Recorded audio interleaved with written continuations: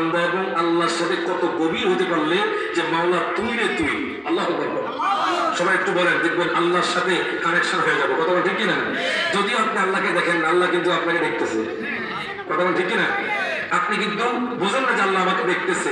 আপনি মনে করছেন আমি রমজানে রোজা রাখবো আর ঘরে গিয়ে পানি খাবো, মানুষকে বলবো আমি রোজা আছি, কিন্তু মানুষ বুঝবে আপনি রোজাদার, কিন্তু আল্লাহ বলবে না আমার বান্দা রোজা রাখে নাই, মানুষকে দেখার জন্য রোজা রেখেছে। হাত তুলে কোন, ঠিক না বেঠে? হাত তুলে কোন, মাওলা তুই রে তো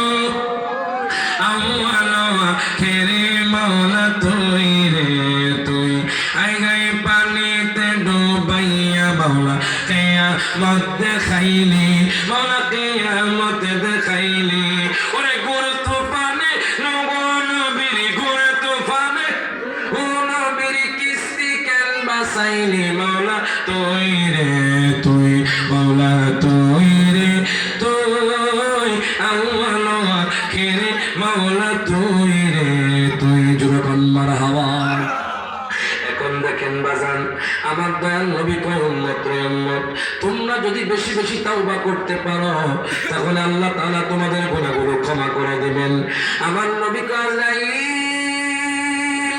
আযাইল, ও আযাইল, তুমি আমার রূহটা কবজ করতে পারো। আযাইল আদবেশ্বরী আমার নবীর কাছে আসলেন। দুনিয়ার কোন মানুষকে আযাইল বলে নাই, দুনিয়ার কোন আল্লাহর ওলিকে বাজান আযাইল বলে নাই যে আপনার ইখতিয়ার হলে আপনি দুনিয়াতে থাকতে পারবেন, কিন্তু আমার দয়াল নবীকে আযাইল বলেছে। আযাইল কয় নবী গো আপনি চাইলে দুনিয়ার মধ্যে থাকতে পারবেন। এখন আমার নবী কয় আযাইল শোনো শোনো, আল্লাহ তো কোরআনুল কারীমে বলেছেন ইন্নাকা মাইয়াতুন ওয়া ইন্নাকুম মাইয়াতুন, বন্ধু আপনি ইন্তেকাল করবেন আর আপনার উম্মত মৃত্যুবরণ করবে। এই আয়াতটাকে সাব্যস্ত করার জন্য আমি দুনিয়া থেকে চলে যেতে হবে। ও আযাইল তুমি আমার রূহটা কবজ করো। আযাইল যখন বাজান আদমের সহিত আমার দয়াল নবীর শরীর মুবারকে যখন হাত দিল, আমি কিতাবে পেলাম আমার নবী আযাইল, ও আযাইল মনে হয় সারা দুনিয়াটা আমার উপর চাপায়া দিছ। আযাইল মনে হয় সারা দুনিয়াটা আমার উপর চাপায়া দিছ।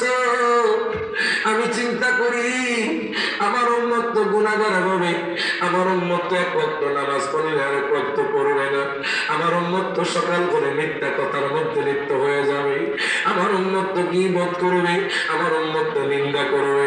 আযাইল রে মনে হয়